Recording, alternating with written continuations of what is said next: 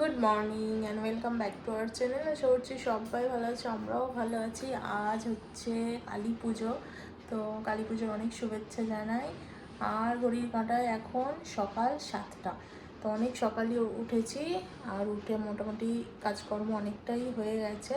তারপর ভাবলাম যে 7টা বাজে ব্লগটা শুরুও করি। রমি এখন ঘুমোচ্ছে, আর আমার আরও যে কাজকর্ম আছে চলো করতে থাকি। আর সারাদিন আজকে কালী পুজো কীভাবে কাটাচ্ছি সেটাও তোমাদের সাথে শেয়ার করি, দেখতে থাকো। এখন ঠাকুর ঘরে চলে এলাম। ঠাকুর ঘরটা ভালো করে মুছে পরিষ্কার করে নিয়েছি। ওবেলায় তো লক্ষ্মী পুজো হবে, তাই একটু পরে স্নান টান করে আলপনা দেব, তারপর লক্ষ্মী পাতবো। আর এখন চলে এলাম উঠোনে। সকাল থেকেই বেশ চড়া রোদ উঠে গেছে, আর কাকিমা মুছতে আসবে, তাই এখানে রমিও এখন ঘুমোচ্ছে, ওকে জানালায় তুলে দিয়েছি। তো স্নান টান করে আলপনা দিলাম, লক্ষ্মী পাতলাম, তারপরে এখন এলাম রঙ্গোলিটা করে নিতে। যেহেতু ওবেলায় বাজি ফাটাতে হবে, লক্ষ্মী পুজোর জোগাড় করতে হবে, পুজো হবে, সেই জন্য ভাবলাম বেলাতে তো বসেই থাকবো, এখন আর তেমন কিছু কাজ নেই, এখন বরং রঙ্গোলিটা এঁকে ফেলি। দেখতে থাকো তোমরা।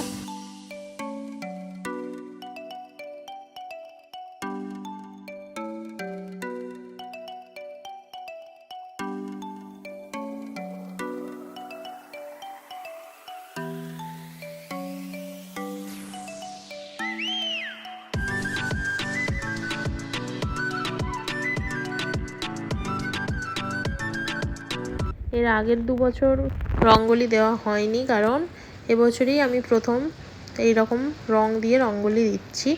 তো 2 বছর আগে একবার রঙ্গোলি দিয়েছিলাম, সেটা ফুল দিয়ে দিয়েছিলাম। আর 2 বছর তো আমরা এমন সময় বেড়াতে যাই, কালী পুজোর দিন কিংবা কালী পুজোর আগের দিনে ফিরি। তো ফেরার পরে এত টায়ার্ড থাকি, আর তারপর বাড়িতে লক্ষ্মী পুজো হয়, সেই জন্য একটু ব্যস্তই থাকি, এতটা সময় পাওয়া যায় না। সবে সবে বেড়াতে থেকে এলে একটুখানি সব গুছোতে তো টাইম লাগে, তাই আর রঙ্গোলি দেওয়া হয়নি। তাই এবছরেই আগে থেকে এটা অর্ডার দিয়েছিলাম, আর ভেবেছিলাম যে কালী পুজোর দিনে সকালের দিকেই রঙ্গোলিটা তৈরি করে নেব।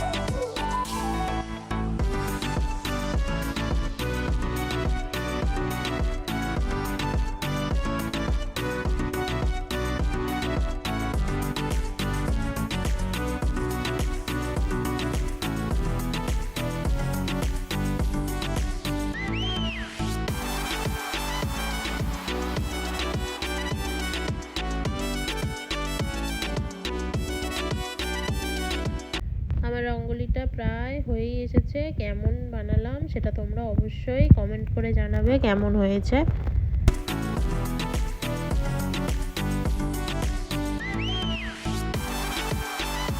এখানে লক্ষ্মী পুজোয় সুখের প্রদীপ আর কলা লাগে, সেটাও রেডি করে নিয়েছি। আর এই যে ফ্লিপকার্ট থেকে এই ডেকোরেশন করার জন্য, এটা তো আগেই তোমাদের দেখিয়েছিলাম, এই প্রদীপগুলো অর্ডার দেওয়া হয়েছিল, তো বাতি বসিয়ে দিয়েছি। ইভিনিং সন্ধ্যাবেলা এখন রেডি হয়ে নিয়েছি। তো এখন ঘড়ির কাঁটায় সন্ধ্যে 6টা, একটু পরেই আমাদের লক্ষ্মী পুজো হবে, জোগাড়ও সব করা হয়ে গেছে। চলো আমরা লক্ষ্মী পুজোটা করিয়ে নিই, তারপর ছাদে বাতি দেবো, বাজি ফাটাবো। রমিও এখন আমার পায়ের কাছে দাঁড়িয়ে রয়েছে, তো ও ভাবছে রেডি হয়েছে মানে ঘুরতে যাবো, হয়তো ওকেও নিয়ে যাবো ছাদে যখন যাব। কারণ আমরা যখন থাকি না ছাদে, যত বাজিই ফাটুক না, ও খুব একটা ভয় পায় না। আর আমরা যদি না থাকি ঘরেও, একা থাকলেও বাজির আওয়াজে ভয় পেয়ে যায়। চলো দেখতে থাকো। রমিও এখানে বসে রয়েছে, আর রমিও এখন, ওকে বলছি চল ছাদে যাবি, ছাদে যাব, আগে পুজো হবে তারপর যাব ছাদে। তো এখানে জোগাড় সবই হয়ে গেছে, ঠাকুরমশাই একটু পরেই আসবে। আমরা আগে প্রথমে ছাদে এলাম, ছাদে আসার সাথে সাথেই দেখছি নিচে ঠাকুরমশাই এসে গেছে। 6টার সময় আসার কথা ছিল, তো সেই জন্য আগে লক্ষ্মী পুজো হয়ে যাক, তারপরেই ছাদে বাতি জ্বালাবো।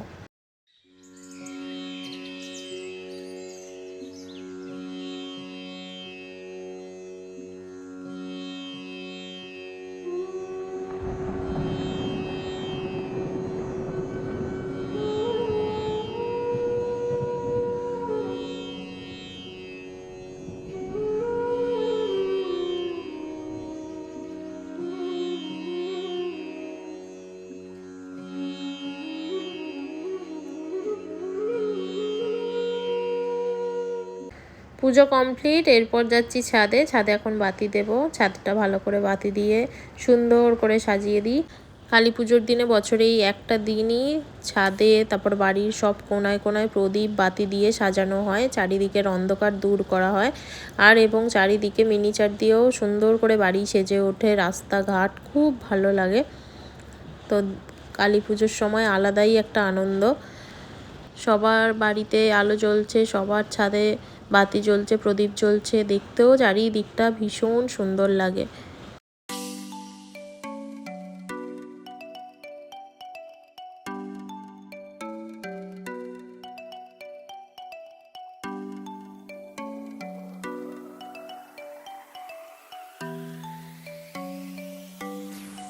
তো ছাদে বাতি দেওয়ার পর আমরা তুলসী তলায় বাতি দিচ্ছি। তুলসী তলায় বাতি দেওয়ার পর যাব হচ্ছে বাড়ির চারিপাশটা বাতি দিতে।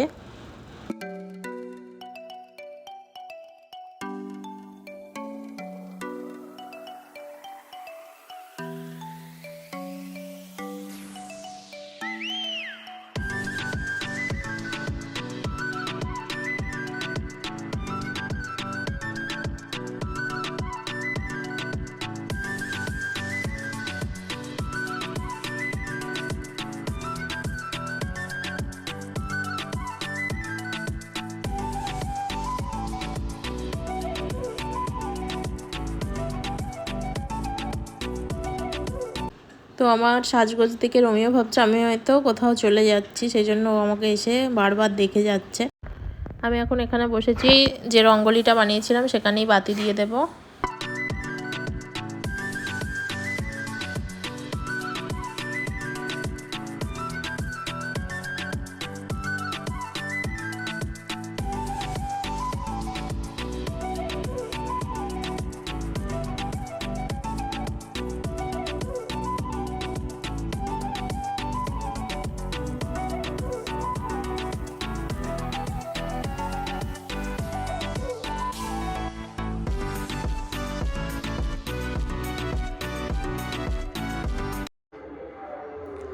তো এখন ছাদে বাতি দেওয়া তো হয়ে গেল, এসে এখানে রঙ্গোলিটা যে বানিয়েছিলাম সেখানেও বাতি টাতি দেওয়াও হয়ে গেল।